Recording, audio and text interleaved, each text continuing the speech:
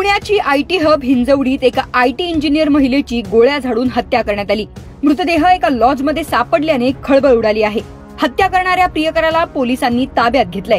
प्रेम संबंधातून हा प्रकार घडल्याची माहिती पोलिसांनी दिली आहे। दोघेही लखनौचे असून आयटी कंपनीत काम करायचे। 2 दिवसांपासून ते लॉजमध्ये राहायला होते। लखनौवरून आलेल्या ऋषभ निगम याने महिलेची हत्या केली आणि हत्या केल्यानंतर तो मुंबईला पळून गेला। मात्र पळून जाताना तो मुंबई पोलिसांच्या हातून सुटू शकला नाही। मुंबई पोलिसांनी त्याला नाकाबंदी दरम्यान पिस्तूलसह अटक केली। प्रेम प्रकरणातून महिलेची हत्या झाल्याचं उघड झालंय। आता पोलीस या ऋषभ निगमची चौकशी करतायत। त्यानंतर मात्र त्या रात्री नेमकं कशावरून वाद झाला, त्यातून हत्या कशी घडली, बंदूक कुठून आणली याबाबतचा उलगडा समोर येईल।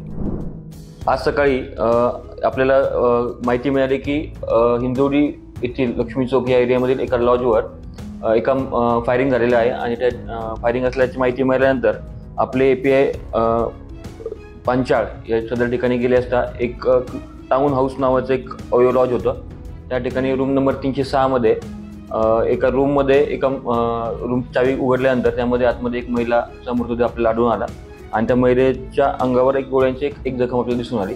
त्या अनुषंगाने बघितलं असं त्या महिलेचं नाव रजिस्टरमध्ये बघितलं, त्याच्यामध्ये वंदना द्विवेदी आणि त्यातील सीसीटीव्ही चेक केले असता ऋषभ निगम नावाचा व्यक्ती त्यातून बाहेर जाताना दिसतोय आणि जे रूम नंबर 306 होती तिचं रजिस्ट्रेशन ऋषभ निगम आणि वंदना द्विवेदी यांच्या नावावर रजिस्ट्रेशन होतं।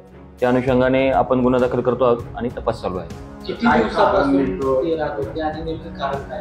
यातील माहिती मिळाल्यानुसार 25 तारखेला त्यांचं बुकिंग झालं होतं रात्री 9:30च्या आसपास आणि घटनेचं कारण अद्याप आपल्याला उघड झालेलं नाहीये। तपासाचा मध्ये उघड होईल। एकमेकांना कधीपासून ओळखत होते, त्यांच्यामध्ये नेमके कोणते संबंध होते, कारण ते लॉजमध्ये राहणार होते, प्रश्न होता। त्याबाबत तपास चौकशी आता आरोपी ताब्यात आल्यानंतर त्या अनुषंगाने तपास होईल। पुण्यातील हिंजवडी परिसरात अनेक मोठमोठ्या आयटी कंपनी आहेत। देशातील विविध भागातून अनेक इंजिनियर तरुण या कंपन्यांमधून काम करण्यासाठी येत असतात। देशाच्या कानाकोपऱ्यातून आलेले तरुण एकमेकांच्या प्रेमात पडतात आणि त्यानंतर काही धुसफूस झाली की टोकाचे निर्णय घेतात।